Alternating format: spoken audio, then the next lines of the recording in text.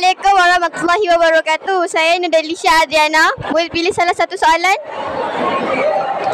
Apakah perasaan kamu bila melawat pameran hasil kerja sempena festival akademik? Perasaan saya sangat-sangat seronok sebab ada banyak pameran. Boleh pergi situ, boleh pergi sana, boleh pergi sini lah. Macam tu lah. Seronok lah. Sangat-sangat seronok. Okey, terima kasih. Hai, Assalamualaikum warahmatullahi wabarakatuh. Saya Nurdelisha Adriana. Cikgu boleh pilih salah satu soalan? Waalaikumsalam. Saya bacakan. Apakah perasaan cikgu bila melawat pameran hasil kerja sempena festival akademik?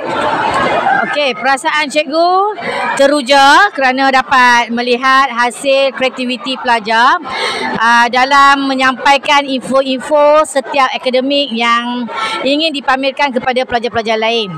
Okey, di sini kita akan lihat setiap satu kreativiti setiap pelajar, di mana cikgu rasa dengan adanya festival akademik ini, pelajar-pelajar itu juga akan rasa dihargai. Hasil kerja mereka dipamerkan dan dijadikan contoh yang baik kepada kawan-kawan lain.